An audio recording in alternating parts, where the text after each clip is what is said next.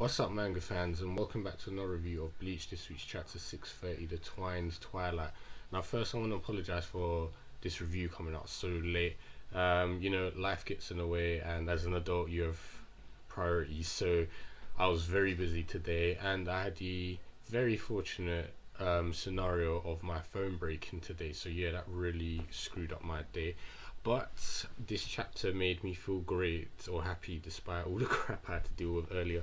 And I'm pretty sure no one can disagree that this chapter was great. I mean, I'm pretty sure everyone found this somewhat entertaining. Even if you didn't find it was that great, it was still enjoyable because it had action, and that's pretty much what everyone's been begging for quite a while. And what was interesting was the character interaction, particularly between Bazz B and Haschwalth. And if we are going to get a flashback next week, we're pretty much going to delve more into their relationship and find out just how close these two were before, the occurring events. And it just seems very interesting because I never really noticed before that Bazz B was kind of close to him in previous chapters when you heard his outrage of Ishtar being appointed, the successor to Juha. And also he's called him Jugram, like that's his first name. That's not formal. Most people in Japan, they say by second name, or because he's a superior, that would be some sort of title or put on. But no, he's called him Jugram, like he knows him, and he even says in this chapter Jugram. So it's going to be interesting to see what's going on because their fight so far is looking quite great. The beginning of this chapter actually made me laugh, and it had a kind of One Piece style humor on there. And if you don't know what I'm talking about, it was Askin Narklavak acting like Usopp with his running away tactics, and it just made me laugh because you got Grimmjow like a hungry panther ready to like sink his claws and teeth into his prey, while Askin is running away. He's even employing similar characteristics like Usopp, like, no, I'm weak, cause spare me, I'm weaker than you. It's like I didn't come here to fight, and it's like I came here to silently kill you. All kinds of ploys that he's doing. He even tried to convince Grimmjow to turn against Ichigo, even though they're not allies, as he said, and kill him. And Grimmjow's having none of that. He's like literally like a predator. He's seen his prey now. He wants to kill it. But it was funny as well, the interaction between Ichigo and Grimmjow. It seems more freaking rivalry now, more than ever, where it was complete, bloodlust hatred or enemies in the past. And it was particularly the actions, Ichigo's like, what happened to the plan, Grimmjow? Why are you being so rash? He's like, shut up, I don't have to take orders from you. And while they're arguing, Askin is taking this chance to run off. So Ichigo's like, look, he's getting away, you're letting him get away. And he's just like, Grimmjow's like, shut up. Like, those typical banters you have between friends or rivals that are on somewhat, I'd say, relative terms.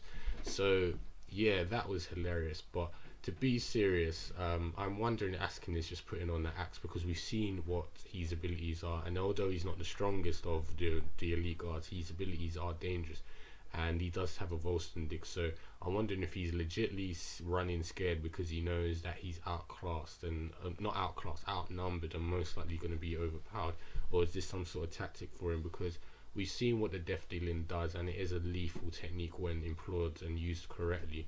And he has a Volstendig, so it's going to be interesting to see how that's going to go up against the previous number 6 Espada, because he has his resurrection, and he has something I would love to see again, a Gran Ray Zero, because those things are lethal. So it's going to be literally those techniques clashing against each other if they actually release them.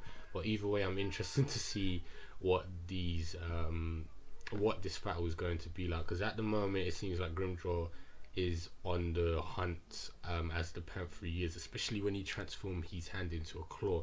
I've never actually seen him do that before. Maybe this is new techniques he's learned, and maybe he's leveled up since then, because I think he's going to have to in this war. But either way, looking forward to that fight. Now back to Haschwalth's side of the story. We see that in Warworld that the members of the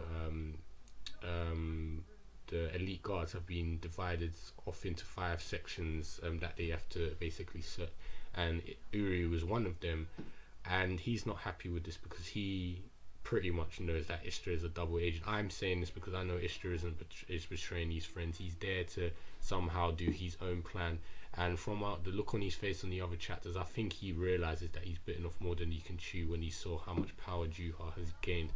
And maybe he's double thinking, crap, this plan isn't going to work, because we need to see what's inside his mind.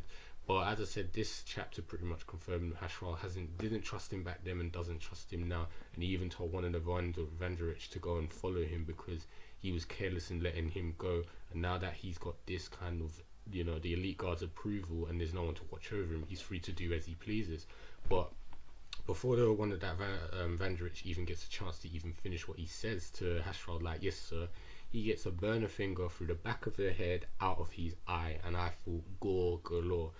Kubo is a freaking master when it comes to doing detailed drawings, and when he does gore, he is definitely king at that.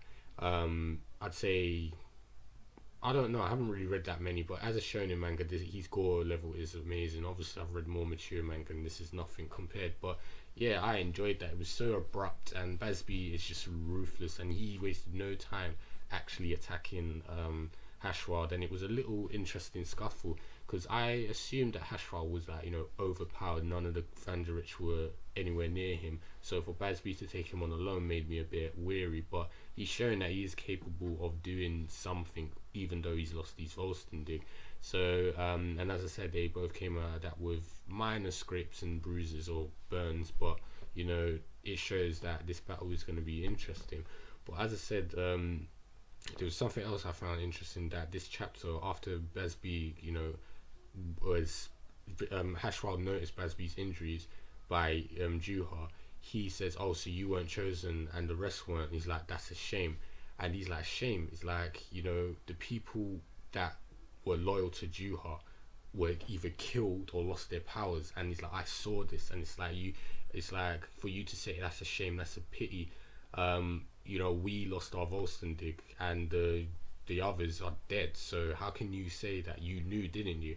And Haschwalth pretty much replies with, even if I did say, even if I said I didn't, you wouldn't believe me. And what felt heartfelt, I feel like he feels betrayed when he said it's like he was a kicked puppy. He's like, I would believe you because we're friends. So you can see there's some sort of, I'd say, animosity and betrayal, definitely betrayal from Bazz B's side. Like, how could you do this to us? Thought we were friends, kind of thing.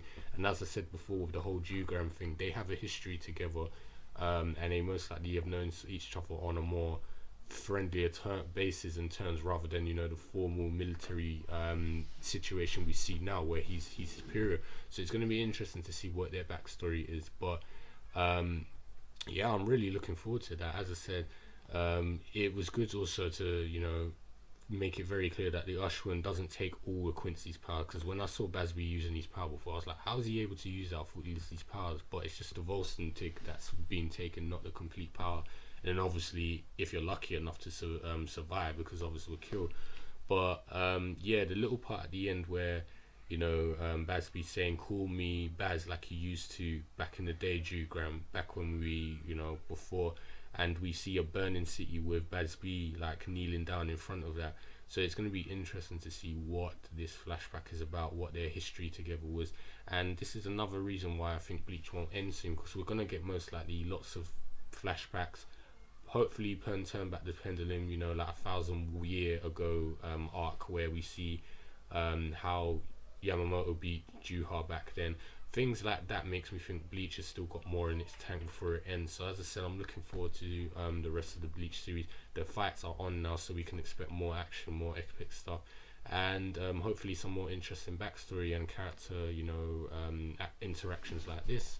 So as I said, I've very much enjoyed this chapter. Looking forward to seeing some more action, but let me know what you guys think. If you got any opinions, leave them in the comment box below, and I'll speak to you guys next week. Take care.